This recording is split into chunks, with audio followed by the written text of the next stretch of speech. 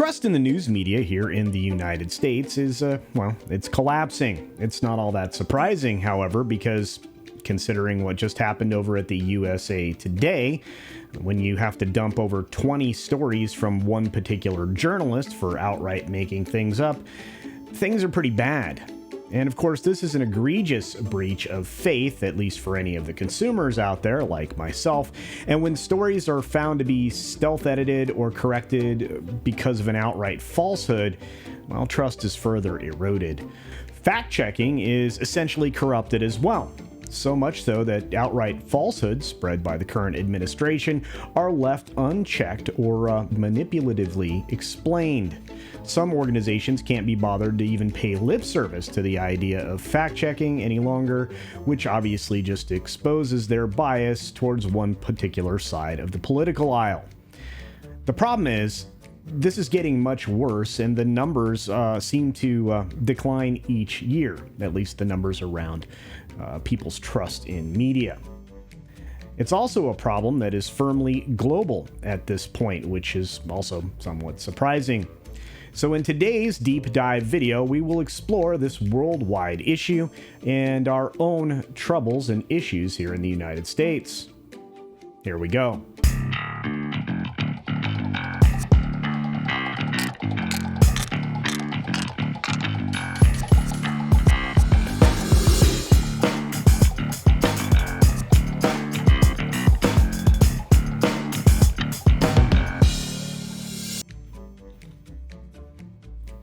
It doesn't seem to matter where you look for information on this particular subject. There are plenty of trusted sources out there for information like this, such as Morning Consult, Pew Research, and Gallup, just to name a few. And of course, this is exposing the complete gutting of all trust in all media, not just here in the United States, but around the world. This slide has been ongoing for quite some time, and it's driven by a variety of factors. Let's first start with how the media landscape has changed over the last several years, or a couple of decades, because of digital delivery.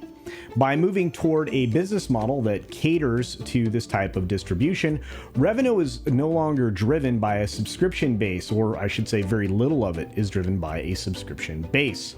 It's driven completely by ad revenue, or at least most entities now are 100% ad driven. This, of course, leads to the proliferation of salacious or clickbait headlines that grabs the audience's attention because that's what they're designed to do. And it also leads to a cycle of confirmation bias-based services. The audience returns to a source of information that essentially is speaking for their views and nothing else. With each story being written or read by a newsreader, that audience, it can be led in a particular direction. You can drive that audience slowly towards radicalization even. And if that's your view, it's not that hard to do. Let's take CNN, for example, just really quickly, since it could be argued that without this Ted Turner creation, we wouldn't have a 24-hour news cycle and a cycle that needed to be filled every single minute of every day. CNN was a trusted source for many, many years. It showed things as they were at the time they were actually being done, or in real time, per se.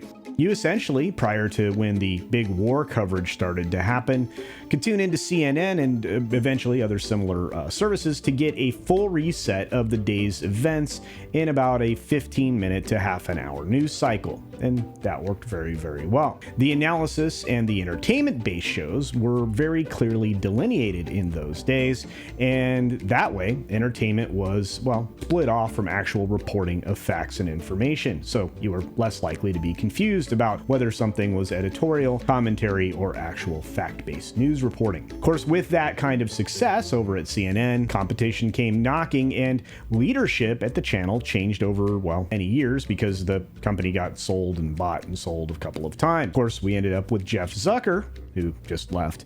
He came in and basically reshaped CNN.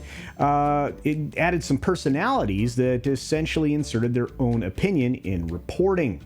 Of course, CNN is not alone here, and there's some more stuff that we'll get into at the end of this video with CNN. You can look at other entities as well, such as Fox, MSNBC, and even other services, because they all suffer from commentary programs under the guise of news. Another problem further exacerbating the loss of trust in the media is the giant conglomerate control of vertically integrated companies. So big corporations. These entities have directives that are placed on their news bodies that essentially require support of all their other divisions. And of course, there's a strong suggestion of not critiquing newsworthy items that would cast a shadow on the parent company. At least they try to avoid that anyway. Harken back to the cover-up of the Epstein story that was revealed accidentally on a hot mic by ABC anchor Amy Robach. And of course, we wouldn't know anything about that without the work of Project Veritas. Now, print newspaper circulation is shrinking, and that's another major factor in this story. Even the most popular print edition paper in the United States, which is the Wall Street Journal, has, had their circulation fall under 1 million as of 2020. And I'm sure those numbers are even more depressed. Very depressing. That number over at Wall Street Journal is actually double their closest competitor, which happens to be the USA Today folks who, just got embroiled in having to remove at least 23 stories that we know of by one particular journalist. But I digress. They have less than 500,000 daily subscribers there, or did as far as circulation goes, going back to 2020 as well. It's probably even lower than that now. As print media dies, or has been dying over the last couple of decades, these newsrooms have had to survive on online ad revenue, which is reaching about 35% of their total income, and in some cases, much more. Print newsrooms have also been hit with decreased staffing, and the earnings that you can collect as a reporter, well, they've been hit too. In fact, we're in a position where we're driving out the most qualified and merit-driven employees in this industry, considering that anybody between the age of 35 and 54 saw their eligibility for employment in any of these entities decrease by 42%. You're not getting the best of the best, or anybody that's experienced giving you this information, which, again, has its own ramifications. To say that with people's falling interest in anything that's basically produced by the mainstream, specifically news, well, news entities have been really looking to bolster or boost their revenues through any source available. And this brings up a third cause of concern, big one, that has not been missed by those of us that have been paying attention, and actually, it should be terrifying to everybody who hears it. Outside support in exchange for editorial direction is something that's been happening for who knows how long. In a buried or censored story reported by Project Censored back in April, and this goes back a little ways, folks, it was revealed that quote-unquote grants were being awarded for reporting certain stories from a particular vantage point or narrative. And from this particular headline, the state of billionaire press concerns over media objectivity after Bill Gates Foundation gives $319 million to news outlets. Wow. This story gives me pause for many reasons. It probably gives you pause as well. One of these reasons is that it was all reported way back in 2021, towards the end of the year, by Mint Press News's Alan McLeod. This version of payola, or pay to play if you would prefer, you can pick any adjective you want to describe this, found that the beneficiaries of these grants were exactly who you would think they would be. We're talking CNN, PBS, NPR, The Guardian, Le Monde, even Al Jazeera. And of course, it doesn't stop there. It goes well beyond the national mainstream press to your local influential regionals and statewide outlets as well. Unlike Bezos, Gates doesn't have to buy an outlet like the now tainted Washington Post to get his agenda met in the press, or get whatever he wants into the press. He basically just buys it with these grants. It's noted by McLeod in this particular article that we're looking at over here that these monies don't immediately make the outlet receiving them irredeemably corrupt. That's an interesting way to put things. But he does warn that the Gates money does introduce a glaring conflict of interest whereby the very institutions that we rely on to hold accountable one of the very richest and most powerful men on the planet or in the planet's history, they're quite literally being funded by him. To date, it doesn't seem like any mainstream outlet has actually reported on this story. The only outlet that has reported on it in any way, of course, was the exposure it was given over on the Joe Rogan show with an appearance by Matt Taibbi. I'm mystified, not actually, why no entity would want to inform the public why they are seeing stories like CNN reporting on gender inequality in developing nations. I think people would be very interested to find that, well, they were paid $3.6 million to do just that. This brings me to some closing thoughts and a couple more story elements I think should be introduced. There's very little credibility left in the Fourth Estate, and that's a real shame. Maybe not, maybe it's an opportunity.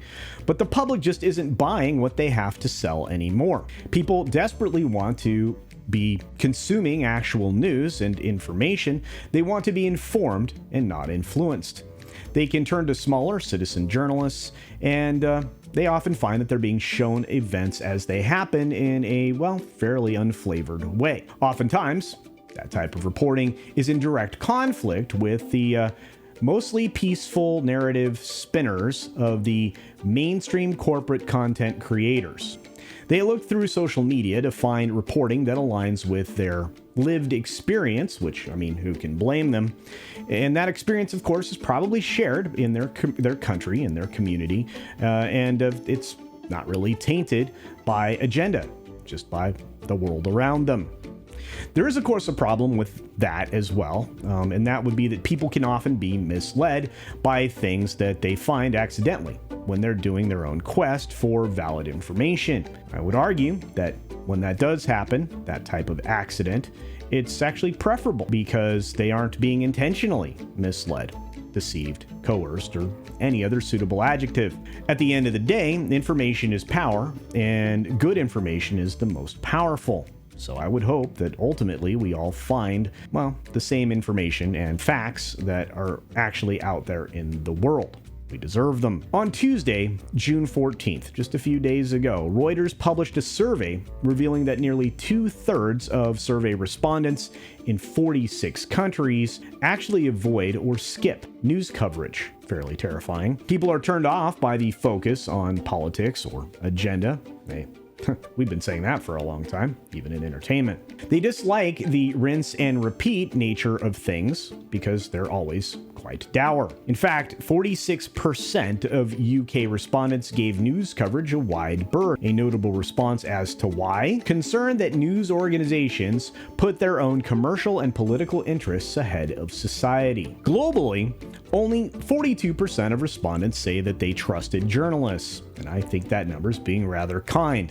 Or maybe that's just my American cynicism, because here in the States, only 26% of those polled reported to trust the media at all, which is actually a 3-point drop from last year. But what do you think? Because we've reached that point in this video. Are you concerned with the staggering distrust that the public has for the news media or media as a whole? Does it strike you angry to discover just how much of this is driven by outside money from billionaires? And where do you find yourself when it comes to the question of trust regarding the media? Please feel free to use the comment section down below, and I have a feeling we're going to have a pretty decent conversation down there. I think we're going to have good engagement, and I appreciate it. With that being said, I'll say this: please support other independent content creators out there because they're doing their level best to give you the best information that they can possibly find. And proof of that is what I tried to do here today, and give you several different stories that are interconnected that will give you an opportunity to look at the way the world looks at media now. And I would say that media trust is crumbling. But engagement is important both for these other independent creators and for myself. So be sure to hit the like button on their videos, be subscribed to the channels that you enjoy, comment, and of course share out their content. Because hey, engagement is key on YouTube and other video platforms. And as always, I will end the video the same way I always do. Be sure to take care of yourself, take care of others, wash your hands, of course, because it is good hygiene. And until next time, bye.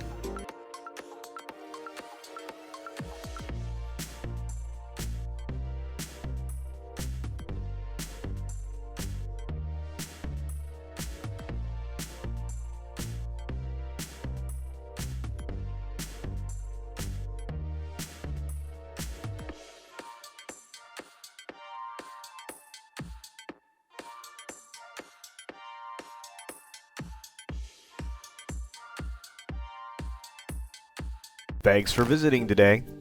Be sure you're subscribed and hit that for alerts. Yay! Of course, like and share all of the videos that you can, as it helps with the algorithm. Have a great day.